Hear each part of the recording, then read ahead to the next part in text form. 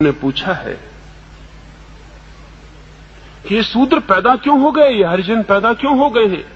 पैदा हो जाने का कारण है दुनिया में वर्ग सदा से हैं, क्लासेस सदा से हैं, लेकिन वर्ण हिंदुस्तान की अपनी ईजाद, वर्ण दुनिया में कहीं भी नहीं। वर्ग सब जगह है, गरीब है, अमीर है, लेकिन शूद्र और ब्राह्मण और क्षत्रिय और वैश्य जैसा वर्ग कहीं भी नहीं, वर्ण कभी भी नहीं।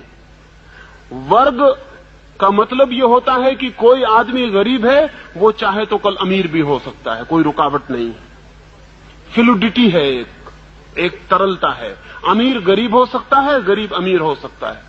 हिंदुस्तान ने एक बहुत चालाकी का काम किया, उसने गरीबी और अमीरी के बीच फ्लूइडिटी जो तरलता थी वो खत्म कर दी और उसने निश्चित वर्ण पैदा कर दिए। वर्ण का अर्थ है ठोस हो गया वर्ग जिसमें बदलाहट नहीं हो सकती, जम गया वर्ग, फ्रोजन क्लास।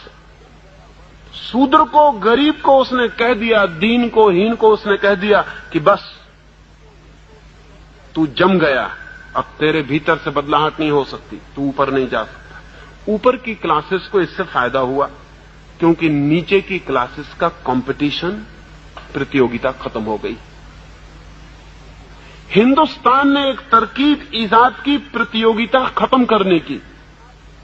करोड़ों शूद्रों से प्रतियोगिता खत्म हो गई। अब उनके बेटे ब्राह्मणों के बेटों से संघर्ष न कर सकेंगे ऋषि होने का। अब उनके बेटे वैश्यों के बेटों से धनपति होने का संघर्ष न कर सकेंगे। अब उनके बेटे बहादुरों की तरह लड़ न सकेंगे, क्षत्रियों से संघर्ष न कर सकेंगे।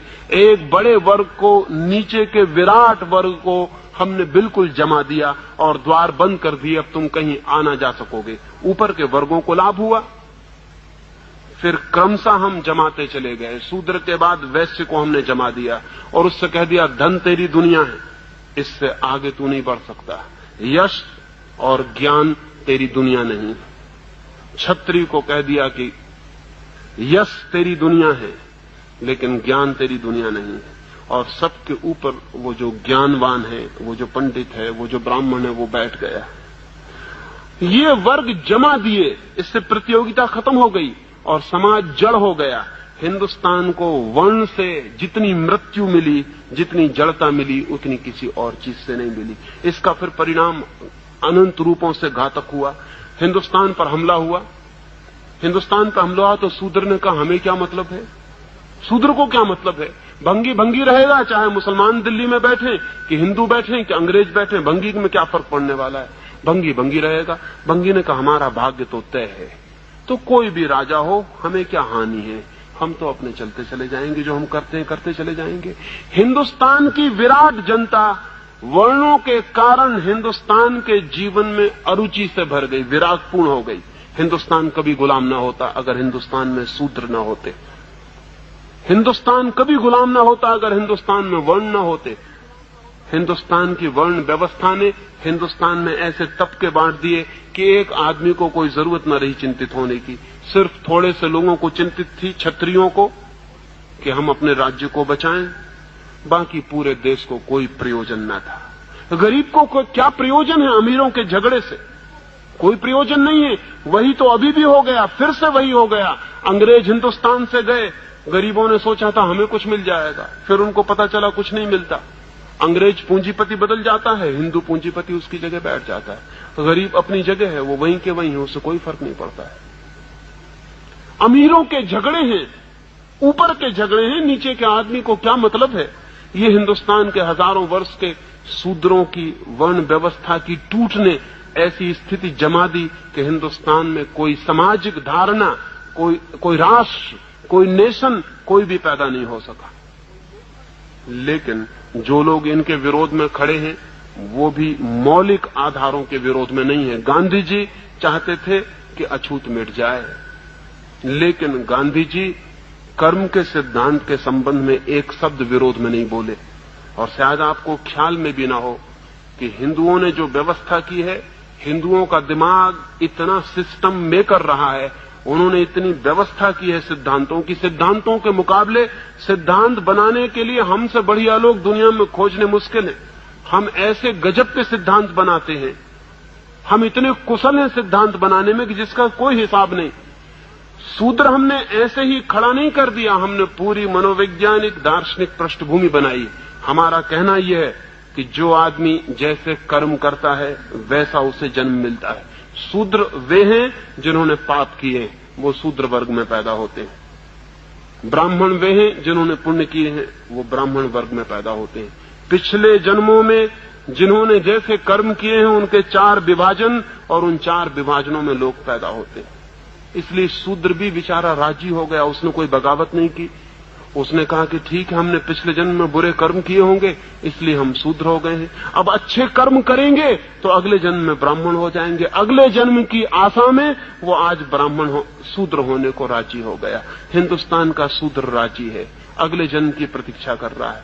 और हिंदुस्तान का दिमाग बेईमान है, जिसको भी राजी करवाना हो उसे अगले जन्म का प्रलोभन दे दो, वो राजी हो जाता है। जब तक ये कर्म की विचार सरणी न टूटे और जब तक हम इसकी पुनर्व्याख्या न करें, तब तक शूद्र को मुक्त होना बहुत मुश्किल मामला है। और बड़ा मजा तो ये है कि जिससे उसे मुक्त होना है वो उसी से बंधने की पूरी कोशिश कर रहा है। विनोबा जी या गांधी जी उसको उन्हीं मंदिरों में ले जाने के लिए प्रवेश दिलवा रहे हैं जिन मंदिरों से उसे मुक्त होना चाहिए। ये बड़े मजे की बात है। जिन हिंदू पुरोहितों से मुक्त होना है, गांधी जी और विनोबा जी कह रहे हैं कि उन मंदिरों में शूद्र का प्रवेश होना चाहिए। ये बड़ी क्रांति की बात है कि मंदिर में शूद्र का प्रवेश हो। किसके मंदिर में? उसी मंदिर में जिसने उसे शूद्र बनाया, उन्हीं पुरोहितों के मंदिर में जिनने उसको हजारों वर्षों तक पीड़ित किया और शोषित किया। मैं तो कहूंगा एक शूद्र को किसी मंदिर में नहीं जाना चाहिए। अगर सारे ब्राह्मण पैर पड़े तो भी नहीं जाना चाहिए, क्योंकि उस मंदिर में क्यों जाना जिस मंदिर ने तुम्हें तोड़ा और नष्ट किया और बर्बाद किया और शोषण किया। लेकिन गांधी जी और उनके सब साथी कहते हैं कि मंदिर का द्वार खोलो, हम शूद्र को मंदिर में ले जाएंगे। बड़ी क्रांति हो रही शूद्र को मंदिर में ले जाने की। ये ब्राह्मण का ढीला पंजा जो हो रहा है उसको फिर कसे जाने की तरकीब है, फिर ब्राह्मण के हाथ में पहुंच जाएगा ये शूद्र उसके मंदिर में जाते ही। आज वर्ण टूटने के करीब आ गए हैं, व्यवस्था टूटने के करीब आ गई, उसको फिर से नई शक्ल देके फिर उसको उसी व्यवस्था के भीतर रखने की कोशिश चल रही है। डर है कि कहीं शूद्र हिंदुओं के बाहर न चला जाए। लेकिन शूद्र को हिंदू के भीतर रहने की जरूरत क्या है? सच तो यह है किसी को भी हिंदू होने की जरूरत क्या है, किसी को मुसलमान होने की जरूरत क्या है? आदमी होना पर्याप्त है। और जिसको आदमी होना पर्याप्त नहीं मालूम होता वो हिंदू या मुसलमान होने से कुछ और विकसित नहीं हो जाएगा। आदमी होना काफी है। हिंदुस्तान में एक क्रांति की जरूरत है कि शूद्र तो कह ही दें कि अब हम हिंदू नहीं हैं, लेकिन बहुत से वे लोग जो शूद्र नहीं हैं और बुद्धिमान हैं वे भी कह दें कि हम हिंदू नहीं हैं। और बहुत से वे लोग जो बुद्धिमान हैं कह दें कि हम मुसलमान नहीं हैं। बहुत से वे लोग जो बुद्धिमान हैं कह दें कि हम जैन और ईसाई नहीं हैं, हम आदमी हैं। और अगर हमें खोज लगनी है सत्य की, अगर हमें प्रभु को खोजना है तो हम खोजेंगे, लेकिन हिंदू के मंदिर में नहीं, मुसलमान के मंदिर में नहीं। इतनी बड़ी दुनिया उसका मंदिर है, हम यहीं खोजेंगे। हम क्यों किसी मंदिर की बंद दीवारों के भीतर जाएं? इतना विराट मंदिर है उसका, हम इसका दर्शन यहीं करेंगे। लेकिन इसकी हिम्मत शूद्र भी नहीं जुटा पाते। वो भी कहते हैं हम हरिजनों को अधिकार दो, हम हरिजनों को जगह दो, मंदिर का द्वार खोलो, हम भीतर प्रवेश करेंगे। तुम किससे अधिकार मांगते हो? और ध्यान रहे, अधिकार मांगने वाले कभी भी स्वतंत्र नहीं हो सकते। अधिकार मांगने वाले कैसे स्वतंत्र हो सकते हैं? जिनसे अधिकार मिलेंगे वे उनके परतंत्र बने ही रहेंगे। और जिन्होंने हजारों वर्षों तक दिमागी सांचे बना के आदमी को कसा है, वो इतने होशियार हैं कि वो नए सांचे बना लेंगे और फिर कस लेंगे। नहीं, सब जाल तोड़ के बाहर आने की जरूरत है। किसी हिंदू मंदिर में किसी शूद्र को जाने की जरूरत नहीं, और किसी शूद्र को अपने को हरिजन कहने की जरूरत नहीं। आदमी कहना काफी। तो मुझसे मत पूछें कि मैं हरिजन के घर में क्यों नहीं ठहरता। मैं घर में ठहरता हूं, हरिजन और गैर हरिजन से मुझे कोई मतलब नहीं। आप आ जाएं, मुझसे कहें कि चले मेरे घर, वहां मैं ठहर जाऊंगा। लेकिन अगर जरा भी आपको भ्रम हो और आप प्रचार करें कि हरिजन के घर में ठहरा हूं, तो ऐसे पागलपन में मैं नहीं जाने को राजी होऊंगा। ये पागल घर है। आदमी का घर होता है मैं मेहमान बन सकता हूं आदमी का, हरिजन वगैरह से मुझे कोई मतलब नहीं है। 1000 कारण हो सकते हैं, लेकिन एक ही कारण काफी है।